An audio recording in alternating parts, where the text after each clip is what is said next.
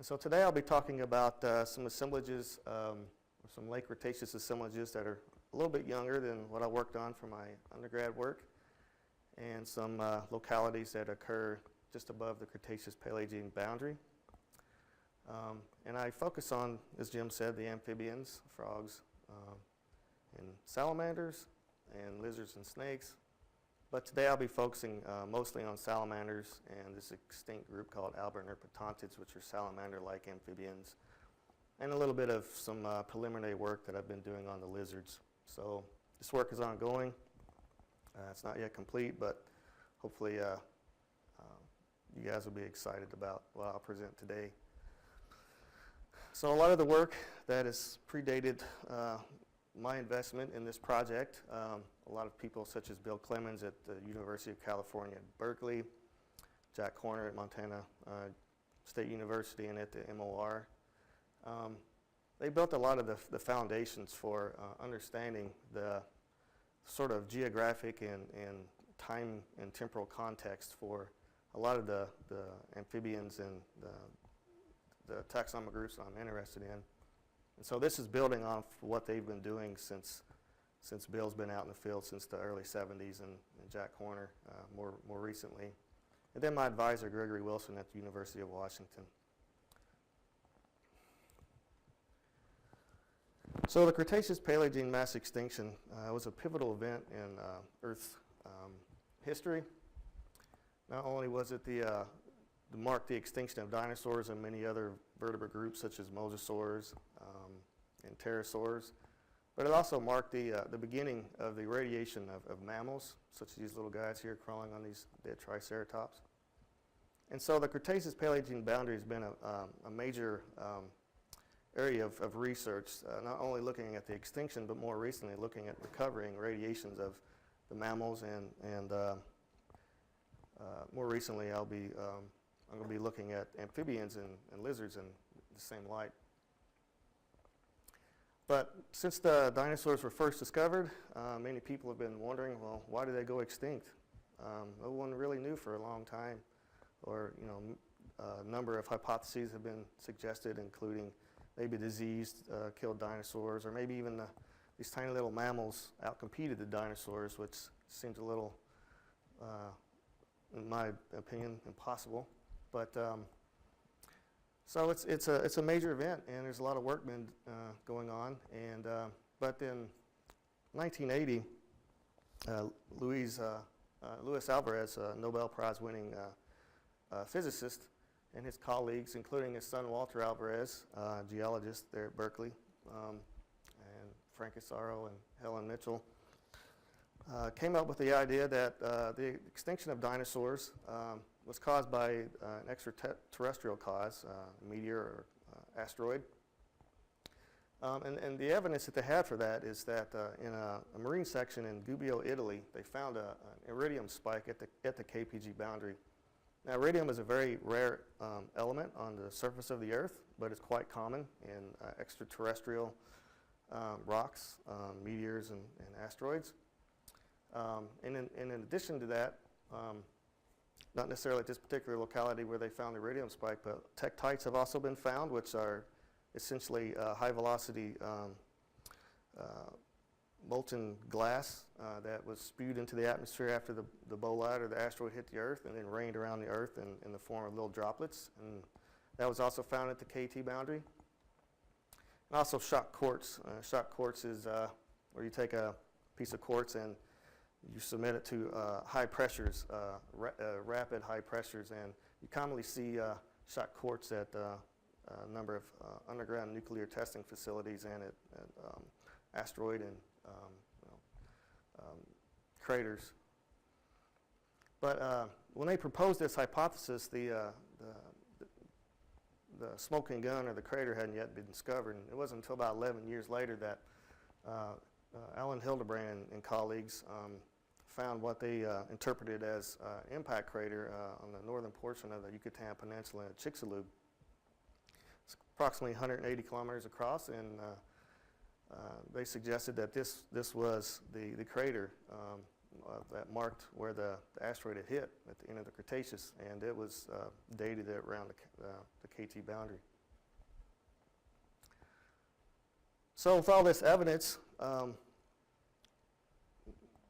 number of people have proposed that, including Alvarez et al., that the extinction event of the dinosaurs was due completely to this bolide impact at the KT boundary, and that it was a fairly rapid extinction that occurred on time periods of days to maybe up to 10,000 years, which geologically speaking is quite rapid. And this scenario has been referred to as a Dante's Inferno scenario, where you have a heat pulse and global wildfires due to the rained out heated ejecta that's spread around the globe after the impact, acid rain. Also, it's been described as like a nuclear winter, and long periods of darkness and cold weather, which would essentially shut down photosynthesis and break down the food chain. Now, a number of paleontologists, when these theories were coming out, were not ready to accept that this single bolide impact was the leading cause for the mass extinction. Because we know that there's a number of other environmental perturbations or disturbances going on during the latest Cretaceous and across the KT boundary that might also be contributing to this extinction event. And this has been termed a multiple cause extinction scenario, where you have multiple environmental disturbances leading up to this mass extinction event. Those multiple disturbances to weaken the biota. Then you have the asteroid impact, and then the subsequent mass extinction. And had it not been for these early environmental disturbances, the asteroid impact may not have had as dire consequences as we see in the fossil record today. So I'll just briefly walk you through some of these environmental disturbances during the end of the Cretaceous. So beginning at around 75 million years ago, at 75 million years ago, we see that North America was bisected by an inland seaway known as the Western Interior Seaway. And the area where I'm working in is right in here, actually right there, northeastern Montana. But by the end of the Cretaceous, we see that the Western Interior Seaway has receded quite a bit and is draining off the continent. And then within 6 million years after the mass extinction, that seaway has completely recessed and regressed off the continent, which probably had lots of environmental consequences. Going on at the same time as this marine regression, there's also a massive volcanism that's occurring on the then subcontinent of India, known as the Deccan Traps, and it's in the southwestern part of India. And approximately 500,000 cubic kilometers of basalt was spewed from that during that volcanism. And today it's represented, it's about 3 kilometers thick. And here's an image of what those beds look like. I believe this is from the Western Ghats. And during this volcanism, there was, people have suggested that massive amounts of gaseous sulfur dioxide and carbon dioxide were being spewed into the atmosphere, which would have had environmental consequences. And associated with this volcanism, there's also climate change, which may have been precipitated by this volcanism. And so here we have on this y-axis, we have time leading up to the KT boundary, and then cooler temperatures and warmer temperatures on the x-axis. And here are two curves, temperature curves based on plant data from North Dakota, and also from some marine data from these small, tiny microorganisms that live in the oceans called planktic foraminifera. And what we see is a very similar pattern of increasing temperature and decreasing temperature close to the KT boundary. So at about 500,000 years before the KT boundary, we see a warming event. And about the same time, we see that this main pulse of Deccan volcanism is occurring between 500 and 300,000 years. Now, Deccan volcanism was occurring for about a period of about, I believe, 2 million years. But at this particular point was where we see the major amount of volcanism occurring. Slightly higher up in section, or closer to the KPG boundary, we see that there's a warming peak up to within 100,000 years of the KT boundary, and then we see a cooling during that last 100,000 years. So the question is, are all these multiple perturbations plus the bolide impact, was that the cause of the mass extinction?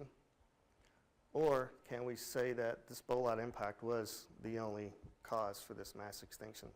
So in order to address that question, we have to turn to the fossil record. So based on those two extinction scenarios, we have the gradual extinction with multiple causes and this sudden extinction with single causes. And I've put together a couple graphs here. On the x-axis, we have time going this way with the Cretaceous-Paleogene boundary marked by this red line. Then species, which are going to be distributed in a horizontal plane here. If we would expect graduate extinctions, we would start to see sort of a staggered pattern of extinctions leading up to that boundary. On the other hand, for a sudden extinction, we would expect to see no extinctions or very little extinctions prior to that extinction event, with the majority of them occurring at the KT boundary. So in order to test these two hypotheses with any level of significance, sampling matters. We have to have a number of well-sampled localities that span the KT boundary with multiple individuals, so we can start looking at these patterns in sort of a high temporal framework. But when you're restricted to a few species, or not necessarily few species, but few specimens that are sort of staggered throughout your section, it's very difficult to really get a handle on the timing of these extinctions. And this is the case in many times when you're looking at large skeletons, such as dinosaurs.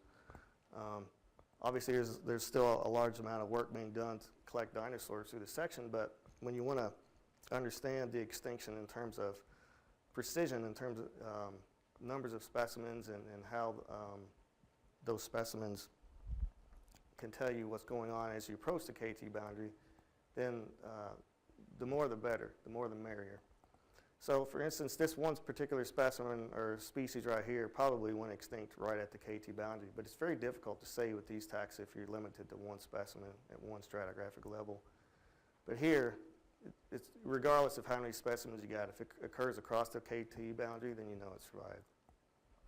So again, the timing of the extinctions is hard to really explain. However, when you have multiple occurrences and large samples, which is typically what we get from vertebrate microfossil localities. Vertebrate microfossil localities are assemblages that are concentrations of small vertebrate bones and teeth. There's oftentimes a large number of different species, large sample sizes, so hundreds to thousands of specimens. And if you put those in a stratigraphic framework where you have dozens of localities leading up to an extinction boundary, your level of precision for understanding the timing of extinctions is much better resolved. And so what I'll be showing you today is within this sort of framework. So during the latest Cretaceous, there are a number of latest Cretaceous localities that span from Alberta and Saskatchewan down into New Mexico. And I have marked where the Chicxulub impact crater is.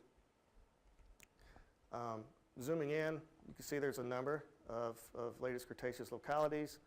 And I'll be focusing today from the latest Cretaceous aspect from the Hell Creek Formation of Montana. And nearby is the famous Bug Creek Anthills, which we know now is a mixed latest Cretaceous and earliest Paleocene assemblage. So using fossils from that locality can be tricky when we want to talk about when things go extinct before or after the KT boundary, so we don't include any of those data in our studies. Likewise, when we look at the earliest Paleocene, we see a very similar distribution of fossil localities. Now, all these fossil localities are are localities that are known to produce lizards and amphibians.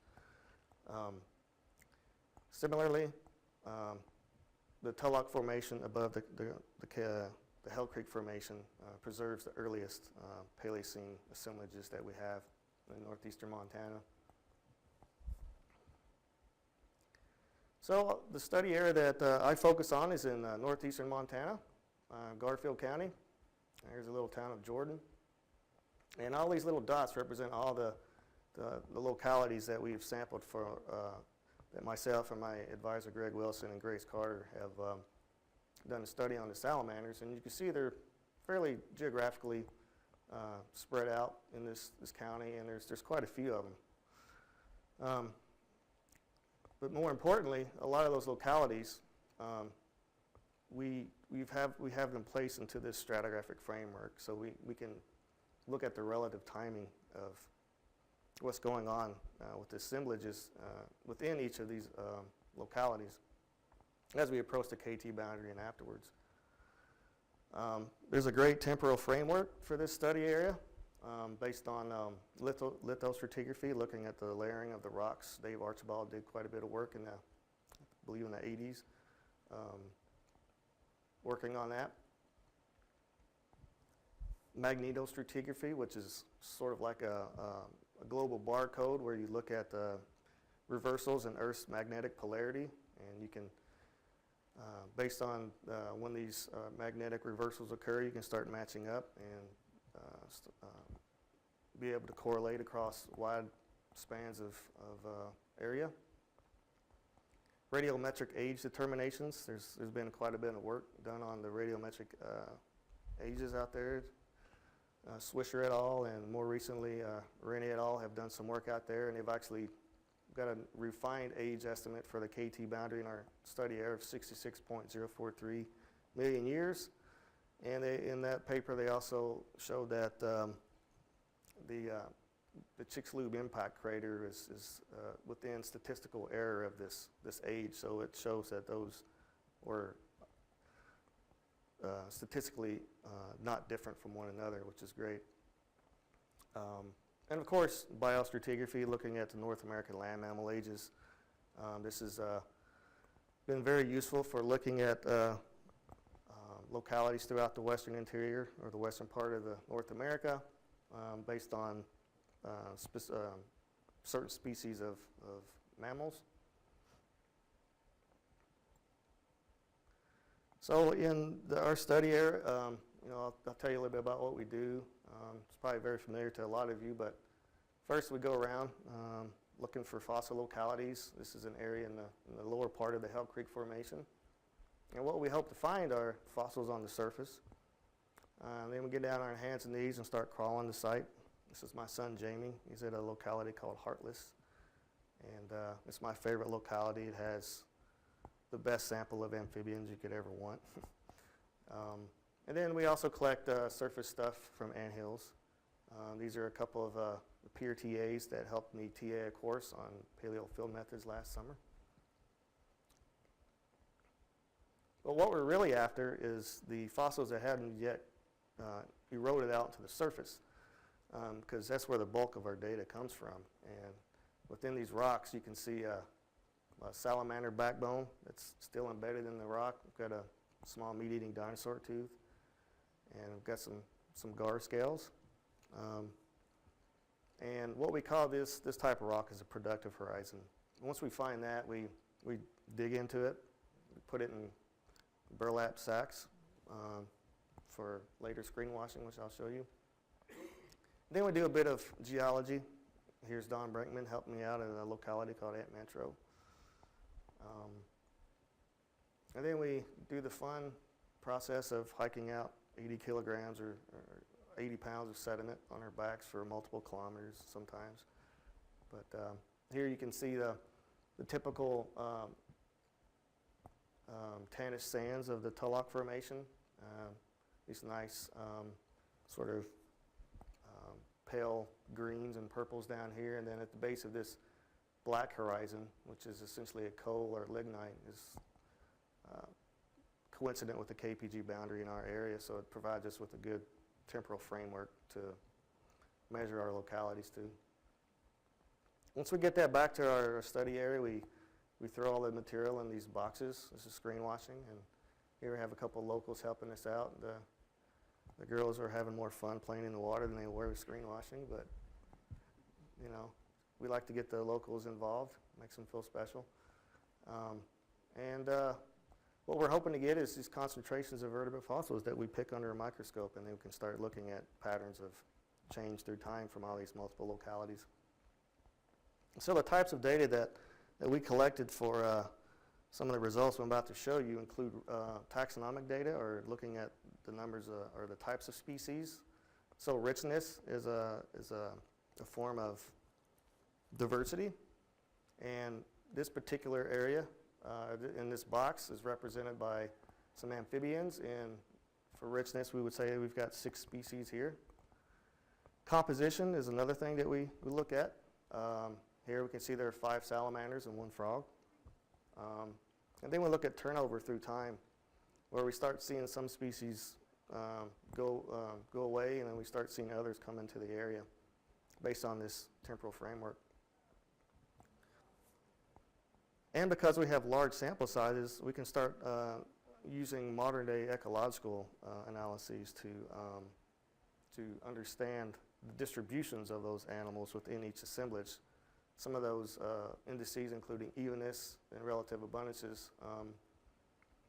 So for instance, this is a highly even assemblage where you have several species, but you've got 1 individual of each, so it's highly even. And the relative abundances here, where they would all be equally abundant. However, we would call this a highly uneven assemblage, where you have a large amount of taxa that seem to dominate the assemblage, with very few other species and few representatives of those taxa. And in modern ecology, when we start seeing patterns of this nature, suggest that something's going on in the environment that led these guys to become dominant and these guys to become less important in the ecosystem. Perhaps these guys favor the environment and are able to live in an environment that's starting to deteriorate. So taking all of that information, what we did was we looked at a number of localities through this section, and we started tabulating all this information. But just to put these organisms in a sort of evolutionary tree or phylogenetic context, here we have all the fishes, and then this little node right here represents tetrapods, or animals with limbs. Amphibians are modern day amphibians, Lissamphibians. Frogs and salamanders and newts and caecilians are common components of modern ecosystems. However, during the latest Cretaceous in North America, there were no caecilians, or at least we don't have a record of them yet. But today I'll be focusing on the salamanders and the salamander-like amphibians.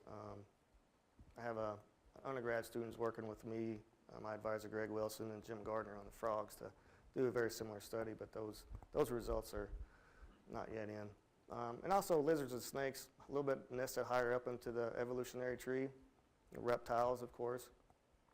And I'll be looking at the snakes and the lizards. Fortunately for us, the latest Cretaceous is fairly well sampled. This is a column from a paper that Jim and I just recently published, looking at the diversity of Lissamphibians through time. And we have them split up into the different groups and then put together into one comprehensive line. And then here we have the KT boundary.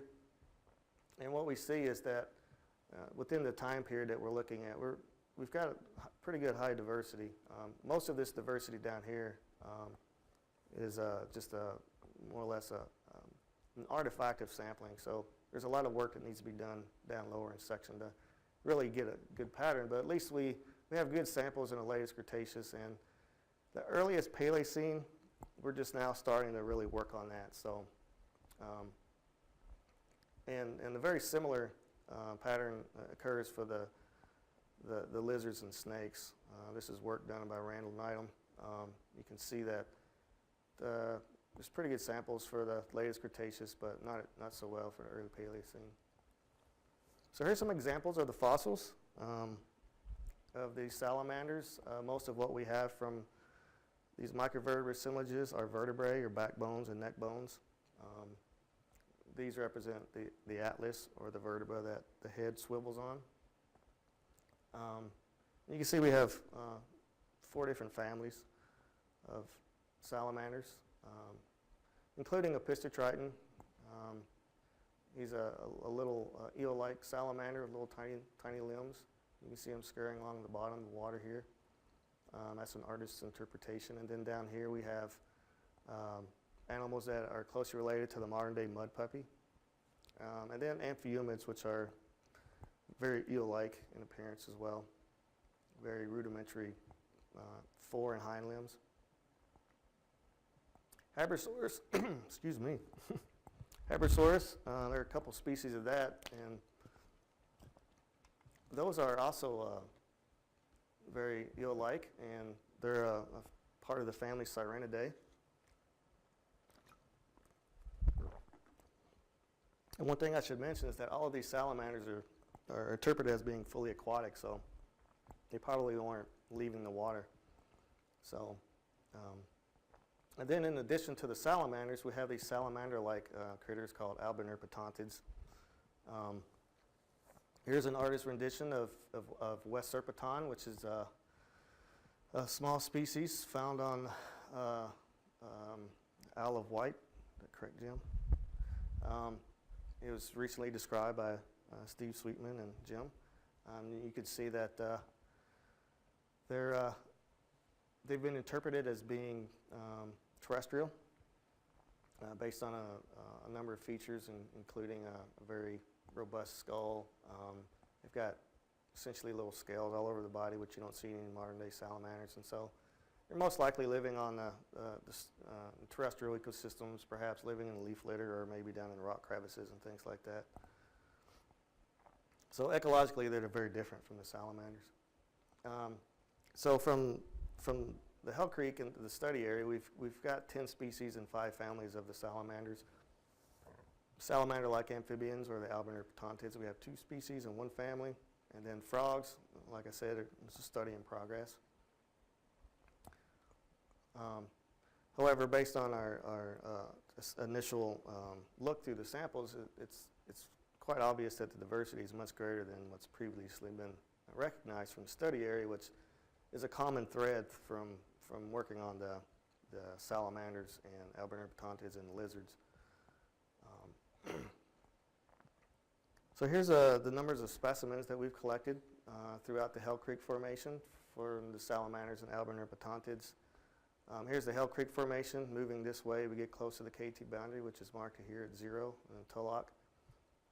And we've got them bend per 10 meters. And what you can see is that the sample is not the greatest as we approach the KT boundary, but as we cross it, sample size increases. So I should say that we've got nearly 1,500 from the Hell Creek. That sample size is nearly doubled now, so I'll be revising this study. And then 530 from a single locality across the KT boundary. But from this sampling profile, we would expect that the more specimens you have, the higher diversity you would get, but that's not the case. So here's a graph showing diversity leading up to the KT boundary, and this is just looking at standing richness, which is a form of looking at all the species that you may have a taxon here and a taxon here, but you don't have a record over here. Well, if it's here and here, then most likely it's spanned that boundary, so we include that to get this curve. And then when we correct for sampling using a statistical analysis called rarefaction, we get a very similar trend of increasing through, up to the middle and then a decline across the KT boundary, regardless of that increased sample size. When we look at the evenness and relative abundance distributions, we get a very similar pattern across the KT boundary where we see declines in evenness. So assemblages are becoming less even, suggesting that something is going on in the ecosystem that's causing them to be less even, being stressed somehow. And that's being coincident with this declining species diversity. So the main points from this is that the number of amphibian species declines, and as well as the relative abundances and evennesses, they're in the same interval of time. And when we put that within this climate framework, again, here's the warming near 500,000 years. We've got the main pulse of Deccan traps volcanism occurring between 500,000 and 300,000 years. And when we start seeing those declines in amphibians, it occurs at about this point. So it's suggestive that perhaps these environmental perturbations may be driving this pattern that we're seeing. So here's some details that I would like to point out. Here I just got the individual families of salamanders and the albanerpetontids plotted on this graph. Again, we're moving towards the KT boundary this way. And each one of these little dots represents an occurrence within the assemblage. And you can see that some of them are quite common, whereas others are not quite as common. So there are two species that appear to go extinct midways through the Hell Creek Formation, so around 800 to 900,000 years before the bolide impact, which suggests that they weren't victims of the KT boundary or the bolide impact or the extinction event itself. And then a very common pattern that is seen in a lot of extinction research, where the species that are most common and those that are most geographically widespread appear to survive mass extinction events quite well. And we see the same pattern here with this Botrytis-sauroidid, the pistotriton, a couple Scaperpetonids, and this Sirenid salamander, Habesaurus dilatus. So what are Lazarus taxa? Well, Lazarus taxa are species that appear to go extinct at an extinction boundary, but later show up somewhere else or much further down the road. And it's been hypothesized that Lazarus taxa, in a particular area where you're doing your study, perhaps they left the area because the environmental conditions weren't great, and so they left. And when you pick them back up, it's when the conditions have gotten better and they show back up into the area, and then you start picking them up again into the fossil record. Or it could be that the numbers of individuals are so low that they're not coming up in the fossil record. And we've got 4 of those taxa. One's an albanerpetontid. We pick it up much later in the Paleocene in Alberta. We have a species of Botrytis-sauroidid that we picked back up in the local section about 800,000 years after the mass extinction. And we see this extinct mud puppy. The species doesn't survive, but we have a close relative after the mass extinction, which suggests that at least the lineage survived. And then the same thing occurs with this Scaperpetontid that we have. Another interesting aspect to the study in northeastern Montana is that there appears to be an immigrant taxon that moves into the area immediately after the extinction event. And that's a very common trend that you see in mammals. As soon as the extinction event occurs, there's a massive influx of mammalian species into the area. And it seems like we're getting a very similar pattern with the salamanders.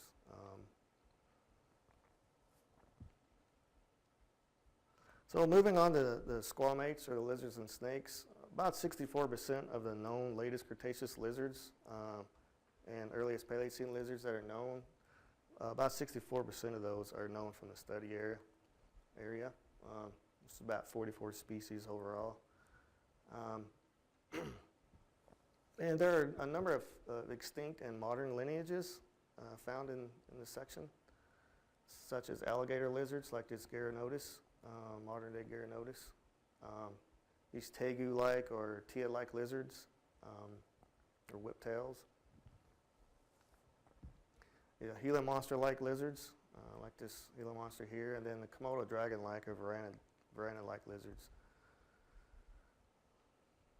And then there's a few lineages of snakes. There's a boa-like snake that occurs in the Hell Creek Formation in our area, and then one of the more common snakes in the latest Cretaceous, or the late Cretaceous in North America, called Coeniophis. So here's an artist's interpretation of a couple of those lizards. Here you see that boa-like snake up in the tree, and then we've got a small little Tia lizard down here on the bottom of a tree, and then we've got the largest lizard known from that time period called Paleocene. It's chasing some small little ornithischians. So out of about 500 specimens that I've been able to look at so far, I've only been able to identify about 150 of those specimens. A number of those specimens are either too fragmentary or aren't diagnostic because they miss particular features on the bones. But I've been most of those that I've identified are based on jaws and backbones. What I discovered is there's 31 species that occur in the area, 14 of which I have yet to see in the literature. Some of those are likely to be described in the near future. And those specimens came from 35 localities, from 32 distinct stratigraphic horizons, 30 from the Hell Creek and 5 from the Tegu-like Formation. And here's some examples of some of those specimens. Some really nice alligator lizard-like jaws here. We've got some night lizards and this extinct group called Contaginids that show up in our area right after the mass extinction. And then here's some examples of those whiptail or Tegu-like lizards. It's a very beautiful haptosphenous jaw here. Very different based on crown morphology and jaw structure. And then we have some snakes, some Komodo Dragon-like lizards, some lower jaws and upper jaw of a lizard that its teeth look very similar to modern-day Heloderma. And then we've got some vertebrae of Helodermatid-like, Helodermatid-like lizard and some snake vertebrae. So although we don't have the sample sizes to say a whole lot about evenness patterns at the moment, we're starting to have an understanding of their biostratigraphy through the section. And what's sort of striking is that most of the new taxa that I've come across, 80% of them occur greater than or equal to 800,000 years for the mass extinction, and they don't occur any farther up in this section. And a majority of the well-known species that, say, Richard Estes and Laurie Bryant have described from the area, they seem to be concentrated closer to the KT boundary, with a few of those surviving. And another interesting result is that this particular group here, the polyglyph anodontians, they're considered to have gone extinct at the KT boundary. You know, they're the most species-rich group at that time. And so you would suspect that such a species-rich group might have some survivors. But until more recently, I've come across a couple specimens that actually push that clade across the boundary, which is some pretty cool results. And they're not much, but we have a single isolated tooth with a lot of cementum at the base of the tooth that attaches to the jaw, which is very common for this group of lizards. And when you compare that to Menisconathus, the tooth crowns look almost identical. And then from another fossil locality called Harley's Point, named after Harley Garbani, who was at the LA County Museum and started working out in this area in the 60s. We've got another Chamopsiidae lizard that's distinct from this one, but I'm not quite sure if it's a new taxon or if it just belongs to another one from the Hell Creek. So just to summarize some of the results that we have, from the salamanders and the albanerpetontids, we do see a significant decline in the numbers of species and their evenness patterns, in addition to other indices that I haven't shown you here. And those declines appear to correlate somewhat with climate change and Deccan volcanism. And in terms of species extinction, locally we see 50% extinction rate, but when we include those Lazarus taxa and those taxa that occur outside the study area, we see only 22% species extinction, which is pretty low for such environmentally sensitive animals. Also, we have the immigration of that amphibian salamander, which is another aspect of mass extinctions that has commonly occurs commonly in a number of other studies from looking at various other organisms such as mammals from the study area. Lizards and snakes, we see that 80% of the newly recognized taxa occur at least 800,000 years before the mass extinction, so it's difficult to say whether or not they made it up to the boundary or not. And that the known species are concentrated closer to the KPG boundary. And what this indicates is that there's at least based on these results, high turnover through the Hell Creek Formation, and that there appears to be very distinctive lower Hell Creek and upper Hell Creek assemblages for these groups.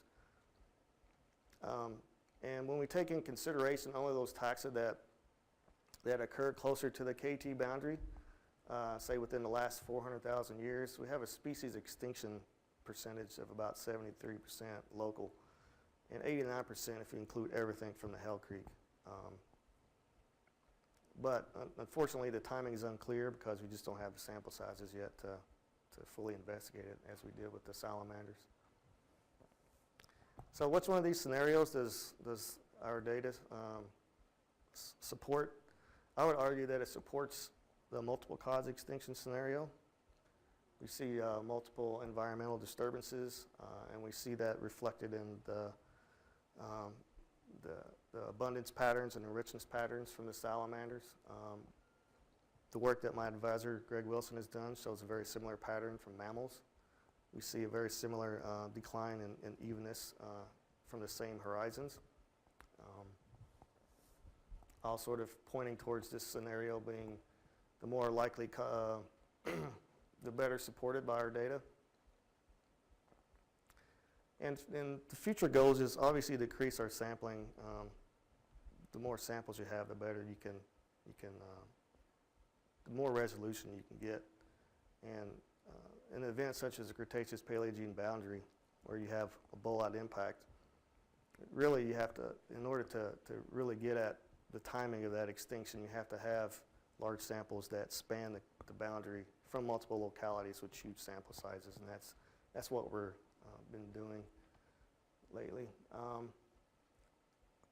To get a more holistic look at Lissamphibian assemblages through the same study area, we're going to include frogs, and we're hoping to have some of those results out about this time next year. And then also looking at the recovery patterns following the mass extinction. There's been a lot of work looking at patterns leading up to the boundary, but there hasn't been a lot of work looking at how these different clades or different groups of animals, what's the pattern of their recovery? Do we see a lot of immigration in the study area like mammals, or do we see in situ evolution occurring? So those are some avenues that I personally and my advisor and work with Jim and others would like to pursue in the future. So I'd like to thank numerous folks, my graduate committee, including James Gardner, and here's my advisor, Greg Wilson. A couple of my collaborators who worked on this. Grace helped with the Salamander and Lissamphibian, or the Salamander and albanerpetontid project. And Garrett's, again, my undergraduate. I'm his mentor, as well as Greg. And then the other graduate students in the lab, and a number of people such as Bill, Pat Horroyd, and Kevin Padian from Berkeley, Jack Horner, Denver Fowler from the Museum of the Rockies, and Nathan Meervold for funding a lot of the projects for the last several years. Randall Knightham for help with the lizards, and Jeb Bennett for some field work help.